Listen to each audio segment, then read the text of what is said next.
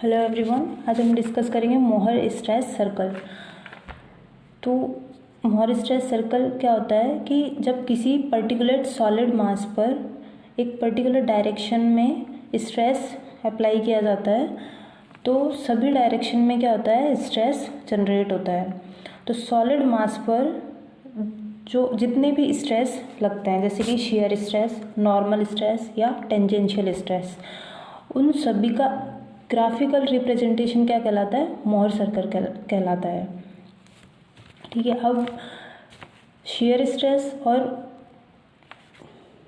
Applied stress, इन दोनों में क्या डिफरेंस है। जो नॉर्मल स्ट्रेस है यानी कि टेंसाइल स्ट्रेस, वो क्या है कि कोई भी प्लेन है उसके परपेंडिकुलर डायरेक्शन में लगाया गया स्ट्रेस, ठीक है, वो क्या कहलाता है, टेंसाइल स्ट्रेस, या वो कहलाता है स्ट्रेस। ठीक है, अगर लेंथ में इंक्रीमेंट हो रहा है, लेंथ इंक्रीज हो रही है तो वो टेंसाइल स्ट्रेस, और अगर लेंथ कम हो रही है उस मटेरियल की तो वो कंप्रेशन स्ट्रेस। अगर फेस के पैरेलल में स्ट्रेस अप्लाई हो रहा है तो वो क्या कहलाता है, शियर स्ट्रेस। ठीक है, तो अब हम एक प्लेन एज्यूम करते हैं जिसे हमें क्या करना है, उस प्लेन को हमें सर्कल में कन्वर्ट करना है, मोहर सर्कल में। तो उसके लिए एक प्रिंसिपल प्लेन एज्यूम करना होता है। तो प्रिंसिपल प्लेन क्या होता है, एक कोई प्लेन एज्यूम किया जिस पे क्या होगा कि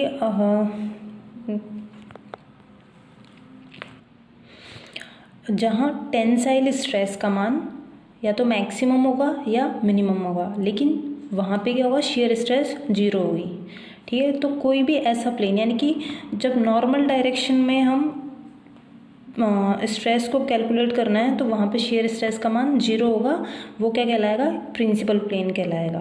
अब इसके लिए कुछ साइन कन्वेंशन होता है, जैसे कि कंप्रेशन स्ट्रेस वो क्या होता है, नेगेटिव लेते हैं, टेंसाइल स्ट्रेस वो पॉजिटिव साइन लेते हैं। शियर स्ट्रेस अगर एंटी क्लॉकवाइज डायरेक्शन में बॉडी रोटेट कर रही है तो नेगेटिव लेंगे, और अगर क्लॉकवाइज डायरेक्शन में बॉडी रोटेट कर रही है तो उसका मान पॉजिटिव लेंगे। अब मोहर सर्कल के लिए क्या होता है कि एक तो मोहर सर्कल क्या करता है, इसका हर एक पॉइंट पर स्ट्रेस होता है। ठीक है, यानी कि मोहर सर्कल का हर एक पॉइंट कोई ना कोई स्ट्रेस को रिप्रेजेंट करता है, चाहे वो टेंसाइल स्ट्रेस हो या शियर स्ट्रेस या टेंजेंशियल स्ट्रेस, कुछ भी हो। दूसरा क्या होता है कि अगर प्लेन हमने जो एज्यूम किया है वो अगर थीटा एंगल पर है तो सर्कल में अगर उसे रिप्रेजेंट करेंगे तो वो 2 थीटा डिग्री एंगल पर होगा। जैसे कि ये कोई प्लेन एज्यूम किया है ABCD, इसमें क्या हो रहा है कि जो टेंसाइल स्ट्रेस है उसका मान क्या है, सिग्मा x, और y डायरेक्शन में क्या है, सिग्मा y, जो कि कंप्रेशन स्ट्रेस है। तो इस पूरे प्लेन के लिए शियर स्ट्रेस का मान क्या होगा, 0 होगा, क्योंकि ये क्या है, प्रिंसिपल प्लेन, और प्रिंसिपल प्लेन के लिए शियर स्ट्रेस का मान 0 होता है। तो अगर इसे सर्कल में रिप्रेजेंट करना है तो क्या होगा, सिग्मा एक्स, वो एक्स एक्सिस, मोहर सर्कल को रिप्रेजेंट करने के लिए हम वाई एक्सिस पर शियर स्ट्रेस लेते हैं और एक्स एक्सिस पर अप्लाइड स्ट्रेस, जो कि या तो टेंसाइल है या कंप्रेसिव है। तो अब जो टेंसाइल और कंप्रेसिव स्ट्रेस है सिग्मा एक्स, उसके लिए क्या होगा, शियर स्ट्रेस का मान 0 होगा। ठीक है, तो इसलिए सिग्मा एक्स और सिग्मा वाई दोनों कहाँ लाई करेंगे, एक्स एक्सिस पर।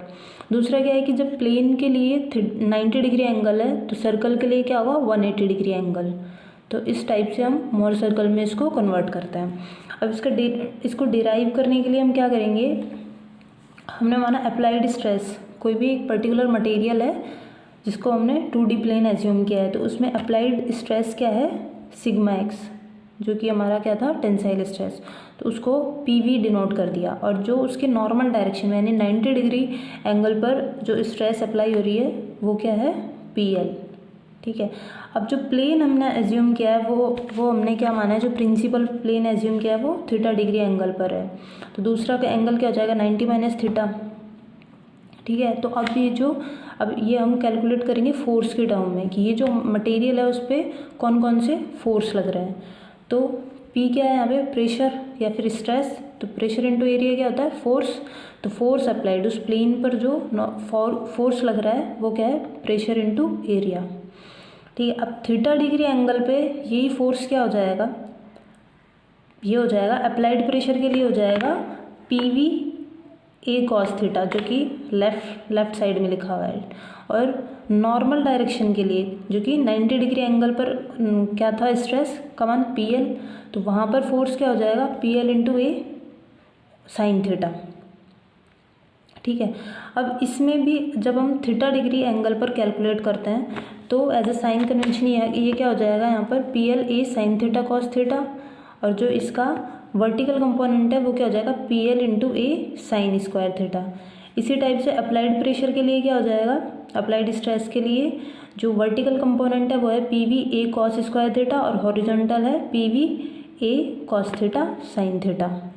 ठीक है, अब ये हमारा क्या हो गया नॉर्मल जिस डायरेक्शन में जो फोर्स लग रहा है। शेयर स्ट्रेस क्या है टाउ, तो वहाँ पर फोर्स क्या हो जाएगा टाउ इंटू ए, ये हो गया शेयर स्ट्रेस।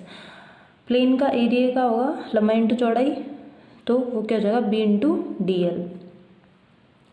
तो ये जो वर्टिकल कंपोनेंट है फोर्स का वो इक्वेट करेंगे और एक बार हॉरिजॉन्टल कंपोनेंट को इक्वेट करेंगे, तो क्या आएगा वर्टिकल कंपोनेंट क्या है, यहाँ पे प्लेन पर हमारा जो फोर्स लग रहा है वो कितना है प्रेशर इंटू एरिया या स्ट्रेस इंटू एरिया, तो P इंटू ए। ठीक है, दूसरा कौन सा लग रहा है अप्लाइड फोर्स लग रहा है PV A cos square theta. ठीक है, applied force PV A cos square theta, area को हमने लिख दिया B इंटू DL, और दूसरा फोर्स कौन सा लग रहा है PL BDL sign square theta.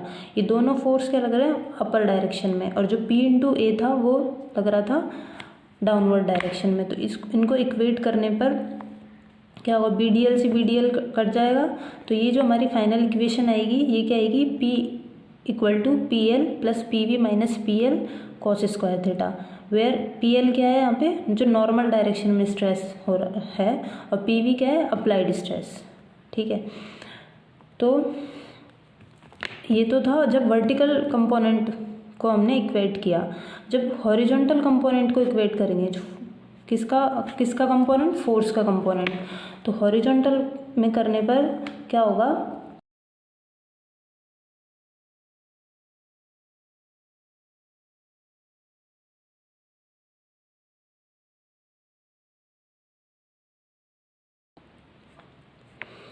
Horizontal component को इक्वेट करने पर क्या आ जाएगा tau into area BDL plus जो नॉर्मल फोर्स है, नॉर्मल फोर्स का हॉरिजॉन्टल कंपोनेंट है PL A sine theta cos theta, equal to किसका अप्लाइड जो स्ट्रेस है उसका vertical component horizontal component PV A cos theta sine theta.